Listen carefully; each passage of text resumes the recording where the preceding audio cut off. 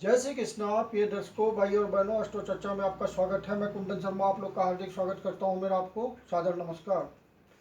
आज के वीडियो में जो मेष लग्न के व्यक्ति हैं उनका जून माह कैसा गुजरेगा उस पर एक संक्षिप्त पर चर्चा करेंगे। तो कैसे पता करेंगे कि आप मेष लग्न के हैं? तो आप अपना D1 खोलिए, किसी अष्टो के अच्छे सॉफ्टवेयर में अपना बर्थ डिटेल्स डालिए।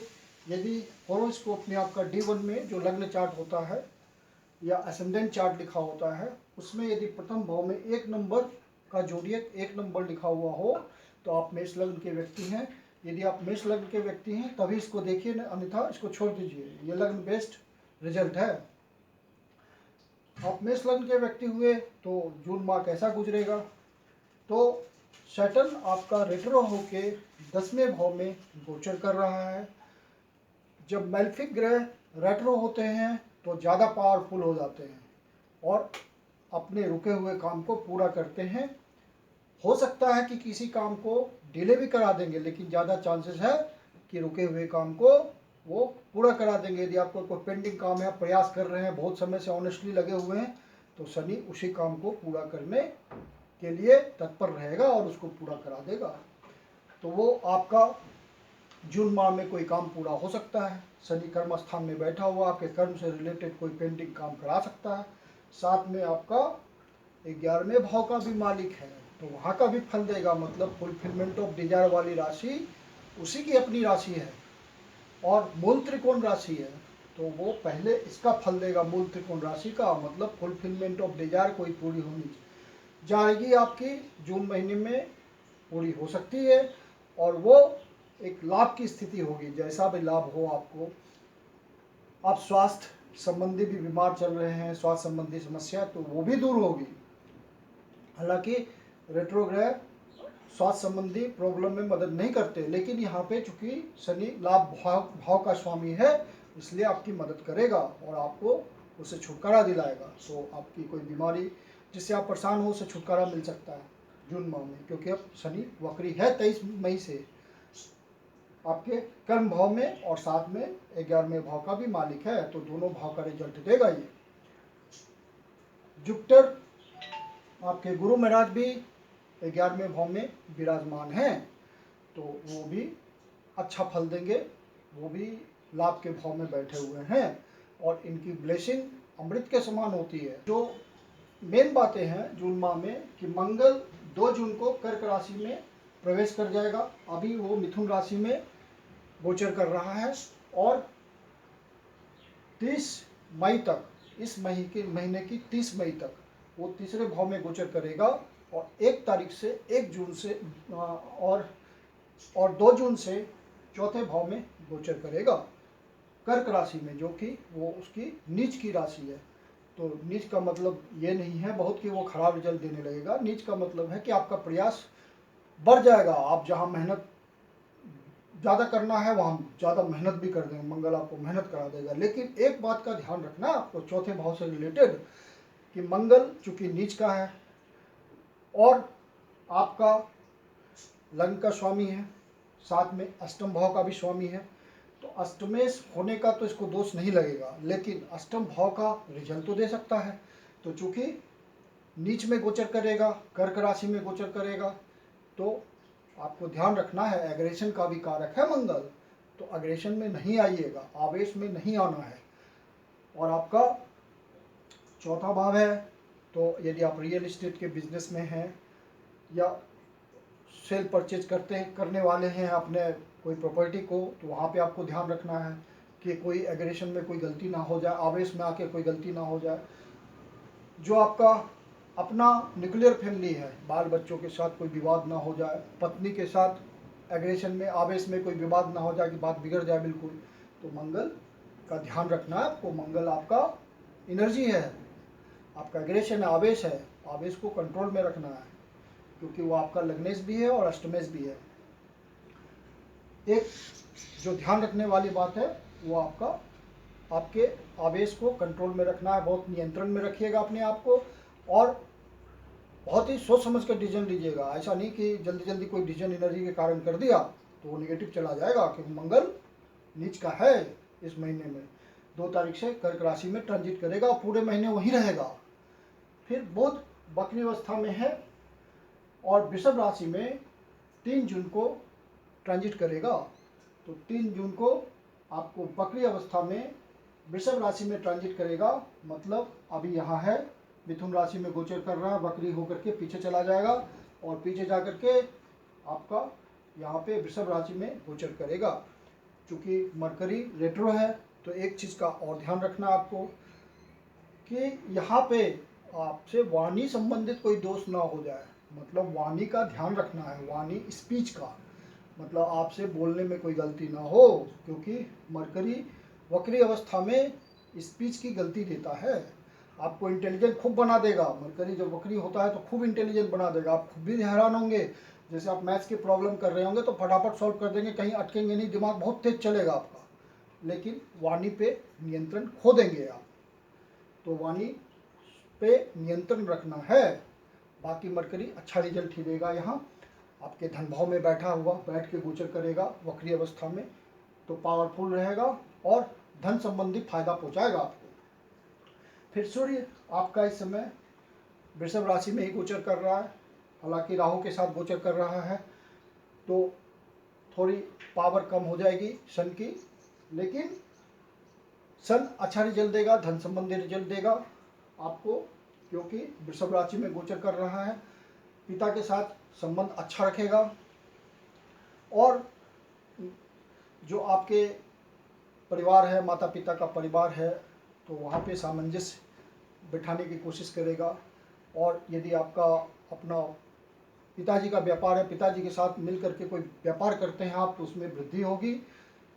राहु भी उसमें मदद करेगा और राहु यहाँ पे आपको धन की वृद्धि में मदद कर रहा है, इसलिए वो निगेटिव नहीं जाएगा। और राहु उच्च का है तो आपकी कुंडली में बढ़िया बैठा हुआ होगा, तो आपको जून माह में फायदा देगा। सूर्य इसको वीनस के अनुसार रिजल्ट देना है राहु को, तो वीनस के अनुसार अभी रिजल्ट देना है और वीनस 22 जून तक यही है। तो तीसरे भाव का भी रिजल्ट आएगा, मतलब आपके प्रयास जो होंगे वो पॉजिटिव डायरेक्शन में होंगे, उस प्रयास से आपको धन में वृद्धि होगी। आप जॉब कर रहे हैं तो प्रयास करेंगे तो आपको कुछ फायदा इस तरह का मिलेगा कि छोटी यात्रा हो जाएगी ऑफिस के थ्रू, और उस छोटी यात्रा में आपको अपना प्रयास धन कमाने का या कोई अचीवमेंट का प्रयास होगा तो वो सफल हो जाएगा। आपके जो भी अचीवमेंट होंगे, प्रयास होंगे, उसमें अचीवमेंट का तड़का लगेगा और वो आपको सफल होता हुआ दिखेगा। आपके प्रयास भी बढ़ जाएंगे, आप दुगना मेहनत कर पाएंगे, अपने एफर्ट्स में वृद्धि कर देंगे। भाई बहनों से यदि आपका कोई किसी तरह का सामंजस्य चल रहा हो, में कमी होगी, सामंजस्य में कमी होगी, तो आप उसको इस समय दूर कर पाएंगे। यदि आपका मान लीजिए कि जॉब में कोई छोटी दूरी का ट्रांसफ़र हो जाता है तो वो आपके लिए बढ़िया है। यदि आपके कम्युनिकेशन स्किल्स में कोई कमी है तो इस समय प्रयास कीजिए, कम्युनिकेशन स्किल्स आपके बढ़ जाएंगे। और साथ में जो इंटरनेट से रिलेटेड कोई व्यवसाय है आपका, तो उसमें प्रयास करेंगे तो उसमें वृद्धि हो जाएगी और उससे आपके इनकम में वृद्धि हो जाएगी।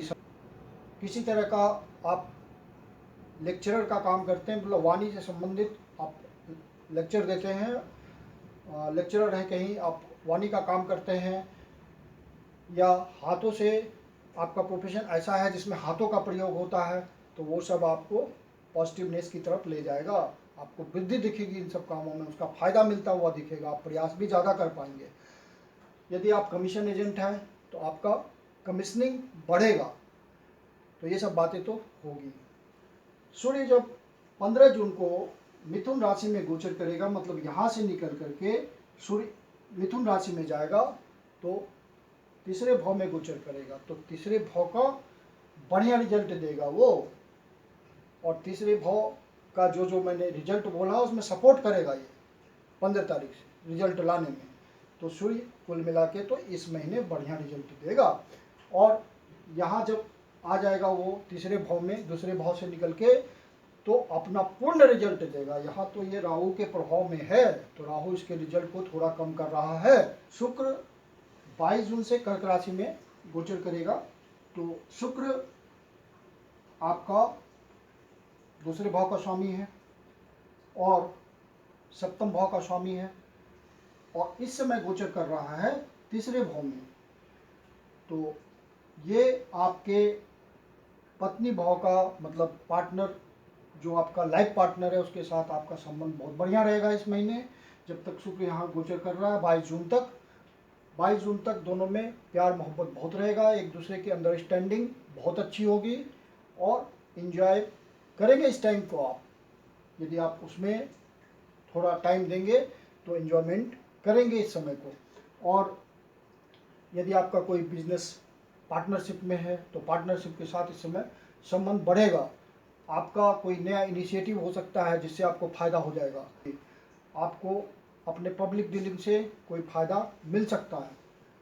यदि आप शेयर मार्केट के बिजनेस में स्पेकुलेशन करते हैं या उसी प्रोफेशन में हैं, उस तरह के लिंक्ड प्रोफेशन में हैं, तो आप 15 तारीख के बाद विशेष रूप से प्रयास कीजिएगा, आपको फ़ायदा मिलता हुआ दिखेगा और आपको मदद मिलेगी। यदि आप सूर्य से रिलेटेड आप शेयर्स खरीदेंगे तो उसमें आपको फ़ायदा मिलेगा। आपको इस महीने में ऐसे संबंध भी बन सकते हैं कि जो बाहर का संबंध होगा, विदेशों से संबंध बन सकता है। यदि आप विदेशों से कोई किसी तरह का लिंक है जिससे आपको इनकम होती है तो उसमें आपको वृद्धि होता हुआ दिखेगा। यदि आप इस महीने महसूस करेंगे कि खर्च बढ़ रहा है तो वो खर्च आपका इन्वेस्टमेंट के रूप में होगा और आप कोशिश भी कीजिएगा इन्वेस्टमेंट के रूप में वो करने की। वो इन्वेस्टमेंट आपका फ्रूटफुल रहेगा, आगे वो बहुत अच्छा रिटर्न देगा। तो आप इन्वेस्टमेंट के हिसाब से खर्च कीजिए। आपका इन्वेस्टमेंट जो होगा वो आपको लॉन्ग टाइम के बाद रिटर्न देगा और बहुत अच्छा रिटर्न देगा। इस महीने मेडिटेशन का प्रयास करते हैं। यदि आपको किसी तरह का मानसिक अवसाद हो तो आप मेडिटेशन कीजिए, आपको फ़ायदा मिलेगा। यदि आप स्पिरिचुअल उन्नति अपनी चाहते हैं, इस समय जो आध्यात्मिक व्यक्ति हैं, अध्यात्म के क्षेत्र में प्रयास कर रहे हैं, उसके लिए ये महीना बहुत बढ़िया है। आप प्रयास करें, बहुत तरक्की मिलेगी आपको, अंदर से महसूस होगा। ये बाहर से तो महसूस करने वाली चीज़ नहीं है, आंतरिक प्रगति है। आंतरिक प्रगति आपकी बहुत संभव है क्योंकि गुरु का सहयोग आपको मिलेगा और गुरु आध्यात्मिक उन्नति बहुत अच्छी कराता है। तो ये सब बातें आपको पक्का मिलेगी। स्टूडेंट के लिए भी बढ़िया समय है। अपना मेहनत करें, जितना मेहनत करेंगे उतना, जितना प्रयास करेंगे उतना फल मिलेगा, पढ़ाई में मन लगेगा। यदि आप अविवाहित हैं, अनमैरिड हैं और शादी के लिए प्रयास कर रहे हैं तो आपको निगोशिएशन में सफलता मिल सकती है, कहीं आपकी शादी फिक्स हो सकती है और वो आपका बाद में मैरिज में परिणत हो जाएगा। यदि आप किसी को प्रपोज करना चाहते हैं, प्यार मोहब्बत करने वाले लोग हैं, तो आप 1 तारीख और 2 तारीख को प्रयास कीजिए, प्रपोज कीजिए, तो आपको सफलता मिलेगी और निश्चित रूप से सफलता मिलेगी क्योंकि उस समय उन दिनों 2 दिनों बहुत अच्छा योग बन रहा है इस बात के लिए। आपको जिन डेट्स को अपने स्वास्थ्य का ध्यान रखना है वो ध्यान रखना 18 और 19 तारीख को।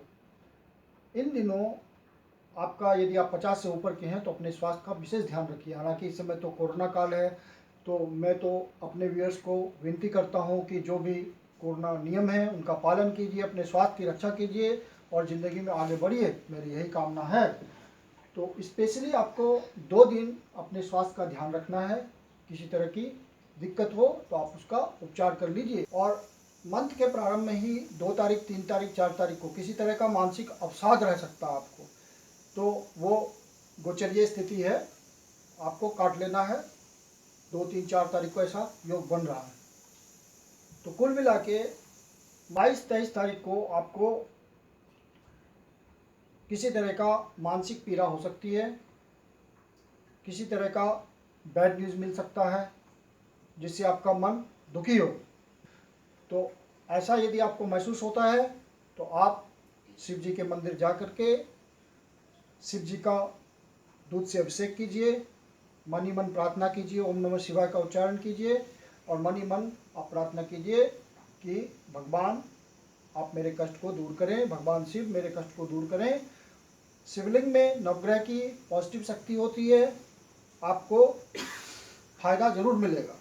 कुल मिला के जून माह आपका अच्छा गुजरना है। आशा करता हूँ कि आपको वीडियो अच्छा लगा होगा। अच्छा लगा तो लाइक कीजिए, सब्सक्राइब कीजिए, शेयर कीजिए। यदि आपके जीवन की कोई समस्या है और मुझसे परामर्श करना चाहते हैं पर्सनल, तो आप नीचे डिस्क्रिप्शन बॉक्स में मैं डिटेल से आप मुझे संपर्क कर सकते हैं। मेरी अपनी परामर्श शुल्क होती है। धन्यवाद।